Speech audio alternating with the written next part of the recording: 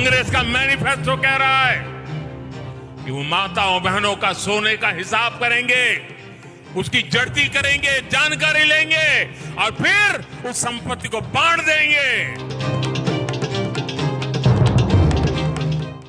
ये राजस्थान की एक रैली की तस्वीर है, जहां पीएम मोदी ने कांग्रेस पर निशाना साधते हुए मुसलमानों पर बयान दिया था। और अब सुनिए यूपी के सीएम योगी आदित्यनाथ को। कांग्रेस के घोषणा पत्र को आप देखते हैं, दो बातें उन घोषणा पत्र में नजर आती हैं। एक, कांग्रेस कहती है कि हम व्यक्तिगत कानून को लागू करके शरिया कानून को लागू करवा देंगे। पहले पीएम नरेंद्र मोदी और अब उत्तर प्रदेश के सीएम। जी हाँ, जिस तरीके से पीएम मोदी ने राजस्थान की एक रैली में कांग्रेस पर वार करते हुए मुसलमानों पर बयान दिया था, उसी तरह अब चुनावी मंच से सीएम योगी ने भी कांग्रेस के घोषणा पत्र पर न सिर्फ निशाना साधा है, बल्कि मुसलमानों को लेकर भी कई सारी बातें कही। यूपी के बागपत में एक चुनावी जनसभा को संबोधित करते हुए यूपी के सीएम आदित्यनाथ ने कहा कि कांग्रेस के घोषणा पत्र में दो बातें साफ साफ नजर आती हैं। पहली बात तो ये है कि कांग्रेस कहती है कि शरिया कानून लागू कर देंगे। इसका मतलब है कि कांग्रेस बाबा साहेब अम्बेडकर के संविधान के लिए खतरा पैदा करना चाहती है, संविधान को नहीं मानना चाहती है। इसके साथ ही सीएम योगी आदित्यनाथ ने कहा कि कांग्रेस के घोषणा पत्र से लगता है कि कांग्रेस देश में तालिबानी शासन लागू करना चाहती है। मुख्यमंत्री ने ये कहकर भी कांग्रेस पर निशाना साधा कि उनका घोषणा पत्र बेटी बहनों और माताओं के गहनों को जब्त करने की साजिश रचने की बात कह रहा है। इससे हमारी बहनों माताओं को सावधान रहने की जरूरत है। पीएम मोदी के बाद सीएम योगी ने मंच से क्या कुछ कहा, आइए आपको सुनाते हैं। कांग्रेस के घोषणा पत्र को आप देखते हैं, दो बातें उन घोषणा पत्र में नजर आती हैं। एक, कांग्रेस कहती है कि हम व्यक्तिगत कानून को लागू करके शरिया कानून को लागू करवा देंगे।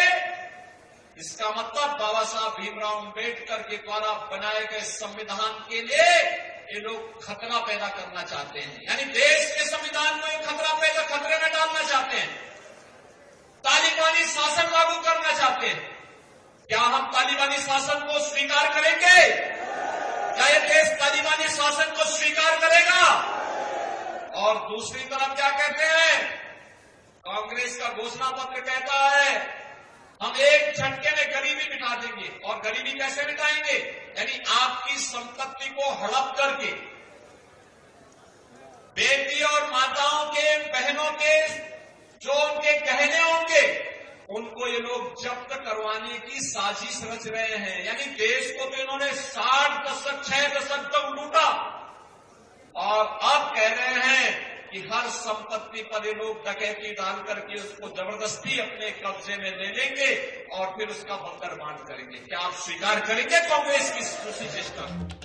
इसके साथ ही योगी आदित्यनाथ ने भी पूर्व प्रधानमंत्री डॉक्टर मनमोहन सिंह के अल्पसंख्यक और देश के संसाधन पर अधिकार वाले बयान को लेकर भी निशाना साधा। योगी ने कहा कि मनमोहन सिंह जब प्रधानमंत्री थे तब उन्होंने बयान दिया था कि देश के संसाधनों पर पहला अधिकार मुसलमानों का है। इसके साथ सीएम योगी ने ये भी सवाल उठाया कि अगर पहला अधिकार अल्पसंख्यक का है तो हमारे दलित कहाँ जाएंगे, पिछड़े कहाँ जाएंगे, उनके अधिकारों का क्या होगा?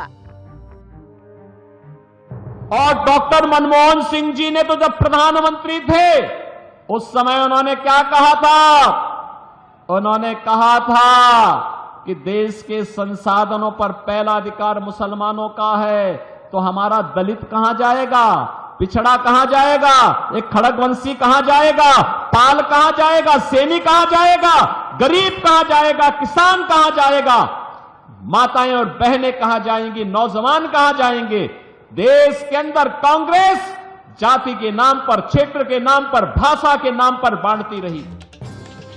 इस तरह की बयानबाजी को लेकर चुनावी जानकारों का कहना है कि पहले चरण में जहां किसी मुद्दे की शोर नहीं सुनाई पड़ी, वहीं दूसरे चरण से पहले बीजेपी ने विपक्ष को हिंदुत्व की पिच पर खेलने को मजबूर कर दिया है।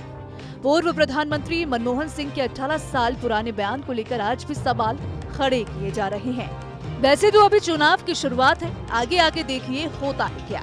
ऐसा भी हो सकता है कि बीजेपी की रणनीति के आगे विपक्ष हिंदुत्व के पिच पर आने को मजबूर हो जाए। फिलहाल इस तरह के बयान पर सियासी घमासान मचना तय माना जा रहा है। खैर, इसको लेकर आपकी क्या राय है? आप अपनी राय हमें कमेंट सेक्शन में जरूर बताइएगा। वीडियो पसंद आए तो वीडियो को लाइक और शेयर करना ना भूलें।